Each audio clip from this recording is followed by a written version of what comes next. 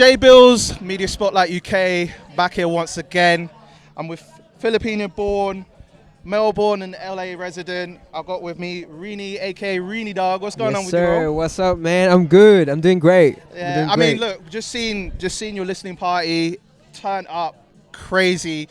Like, you got banger after banger. Like, I was saying to some of my friends that literally there's not one bad track on the album. Wow, thank you so much, man. I really appreciate that. Yeah, man. So how did you feel amongst, like, I mean, being at your first time in London, I mean, coming from Melbourne, like 10,000 miles away, like, I mean, of all places, London, like, how does it feel to even be here right now and take all this experience?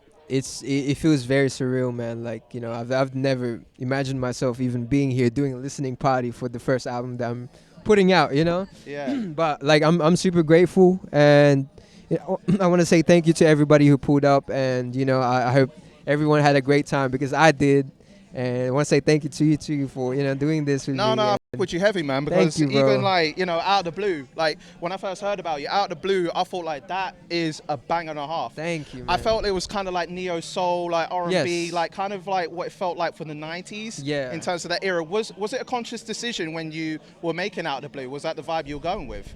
I mean, I wouldn't say it was a conscious decision. Like, Right. it just felt right for me to be like that way, you know. I did draw a lot of inspiration from a lot of like 90s R&B songs, like, you know, Alicia Keys. I bet there's a melody there that sounds like, what's that song? I think it was like No One or something. But it draws a lot of inspiration from the 90s era, that song.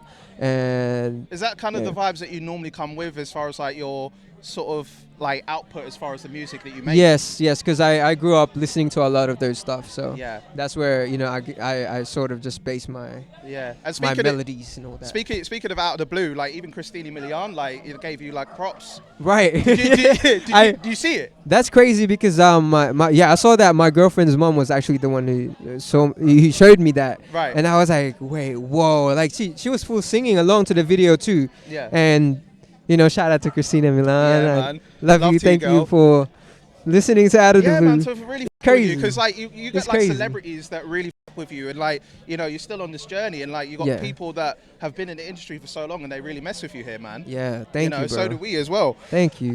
You know, I read in an interview like from last year that you said that you find it difficult to break the US, and that's something of a mission that you're trying to do. And obviously, you know, times have changed now because you know, you're working with Wale, Earth Gang as well. Right. I'm even conquering the UK. You're here now.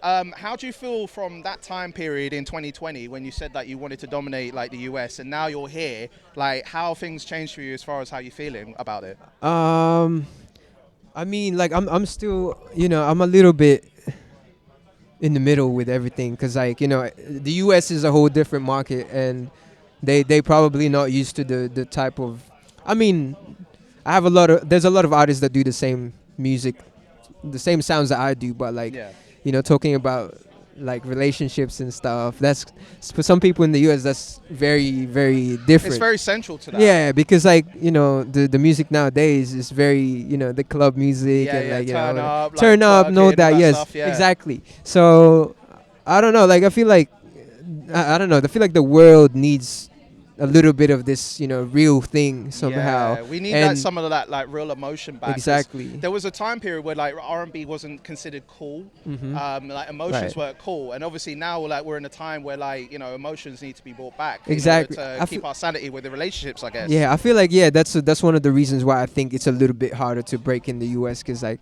I feel like some people might think like, yo, yeah, this is a little bit corny, you know what I'm saying? But yeah, I don't think there's anything corny about it. Like, you know, talking about how you really feel, or like, you know, saying to the world like how you feel about this girl, or, you know, just confessing the love, you know. We need more of that, so that's what I'm trying to do, and I'm confident that, you know, a lot of people would love to hear that nowadays. And it certainly is the case. I mean, even for you, like musically, like back in the day, you started off playing in church. Yes. You were playing the guitar as well. Yes. When did you get to the point of like realizing that through those means that you wanted to really pursue being an artist? Where did you get to that realization? I didn't get to that point until I was like 17 when I started making YouTube covers of like the songs that I love to play and the songs I love to sing. Because I never really was a singer back in the day.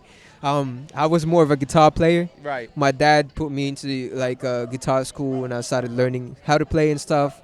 And just out of curiosity and like fun, like I started making covers and YouTube videos, and then people started liking it. Yeah, because I mean, And you said it was just kind of like a slow build in another Yes, interview, but yes. obviously now with the millions that people are seeing that, even like doing covers from like Daniel Caesar.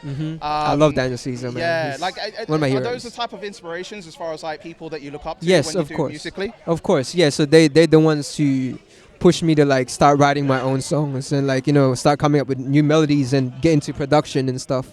And yeah, even just like my friends and stuff, they've been really supportive with what I do. And I guess that's what helped me push and like get better at what I do and just do something different, start something new. And of course, like obviously the transition from like YouTube, obviously you're on TikTok now as well. Yeah, and try. Obviously, like from the times of doing covers on YouTube, it was probably weren't so much of a thing. But obviously now with social media, like you can really bring more of your essence of you like into the forefront of social media. Like, how do you feel like the difference in YouTube and TikTok as far as like pushing your music out there?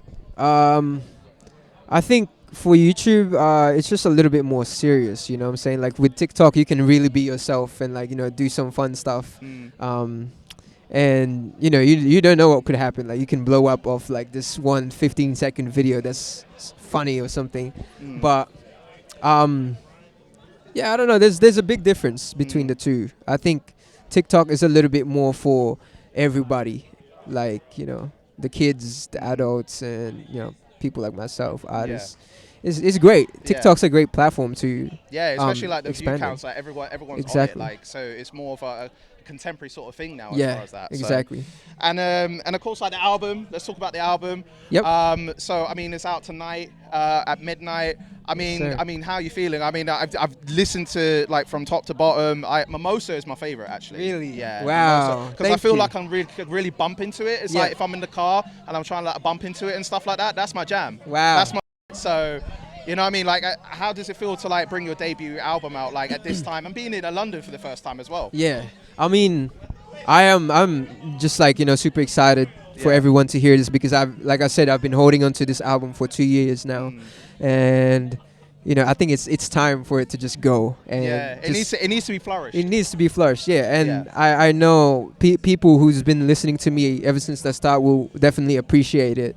And even though the long wait and all that, I know everybody's been asking where's the album, but it's right here now. So hope you guys enjoy it. Yeah, no, we are enjoying it, and I hope you guys like enjoy it as well. It's banger after banger after banger. I mean, so what's on the horizon for you then? I mean, being it from Melbourne, like you're dominating LA, dominating the UK now as well. Like, what are you looking to next as far as like, pushing things more forward, like representing Melbourne to its fullest? Right. Damn. Well, I'm trying to go touring everywhere in the world, man. Like that's my next plan. Because in November I'm gonna go on tour with Alina Baraz in the US. So I'm doing a couple shows around. I think it was East Coast and stuff. Right. But yeah, after that, hopefully we'll be able to branch out to other countries in Asia and Europe. Here, I want to do a show in London. I feel like people just need to hear this album live now. Because I know it's gonna be a whole experience. If anything from the audience that we had today, from what I saw, guys, like. Mad, like crazy, like you were involved, like people were dancing with you. I even saw one guy like literally run up to you and like it's like, oh, I love you, and then I saw that your boy was like, come on, you know what I mean? But like you must love your fans though. Man, like clearly I can see. I wouldn't be here if it wasn't for my fans, to be honest. Like that's the reason why I make music. I want to be able to connect with everyone and be able to help them. And there's so many people came up to me before and like say, your music helped me through my tough times, and like that makes me feel happy, and that makes me want to keep pushing and making music, because it's not even about the money or anything. It's about the energy that people give you back after they they hear you or the songs that you make. It's just I'm very appreciative of it.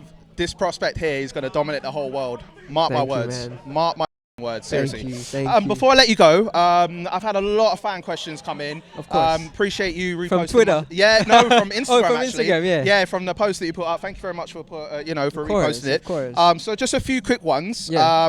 So the first one from MRC. MRJS, really sorry.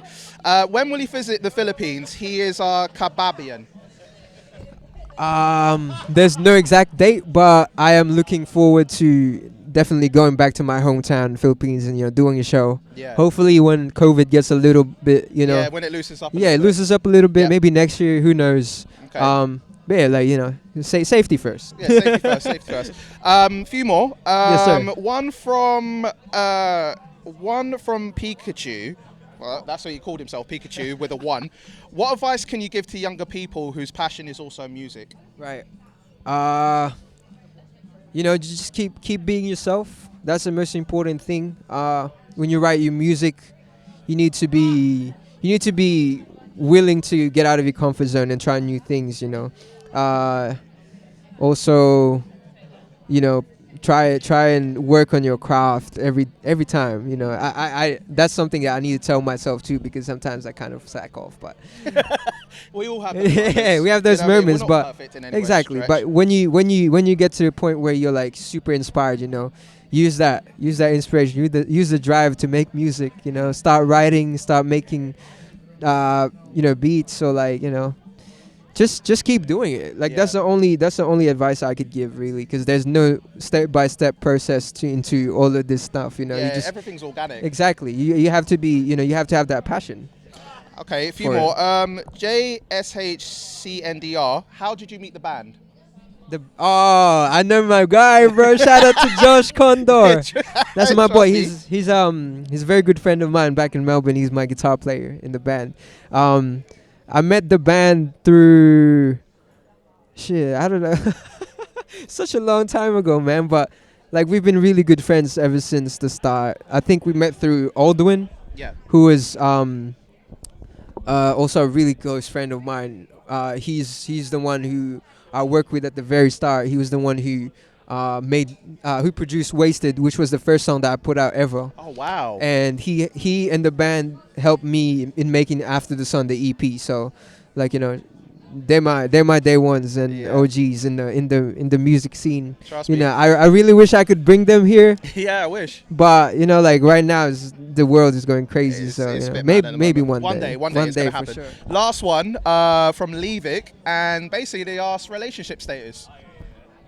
Yeah, I'm married. I thought you was gonna say one of the ones I'm married to the game and some stuff. I'm married to the. Nah, I've got a girlfriend, and I'm happily taken. Well, I mean, all the ladies that are out there that single, wanting to be with him. Sorry, he's already taken.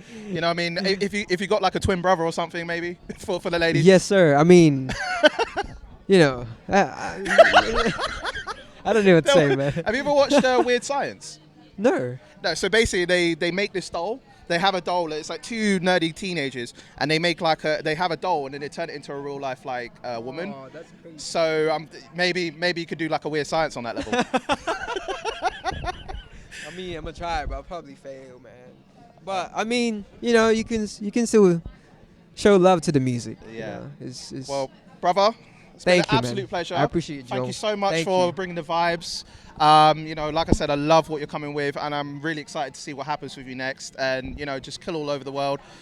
If you can tell our audience where they can catch you on all the socials, tell them right here, bro. Of course. Make sure you follow me on YouTube. It's just RINI. I'm on Instagram, Twitter as well. It's Rini Dog, RINIDAWG. Spotify, Apple Music, it's RINI. My album's coming out tonight, midnight, so make sure you guys check it out. And I've got a new music video as well coming out very soon when the album's out. I can't wait for you guys to hear it. I'm very excited. Well, I'll just end it off and saying Rini is going to be bigger than a zucchini. I'm definitely going to be bigger than a zucchini. Oh, yeah, for sure. Ain't no way a zucchini. Come on, man. J Billz, Media Spotlight UK, Rini Dog out here, dominating the world, and we out here. Thank you. Thanks, yo. Appreciate it, man. Thank you, man. I really do appreciate it. Can we take a picture real quick? Of course, bro. Yeah?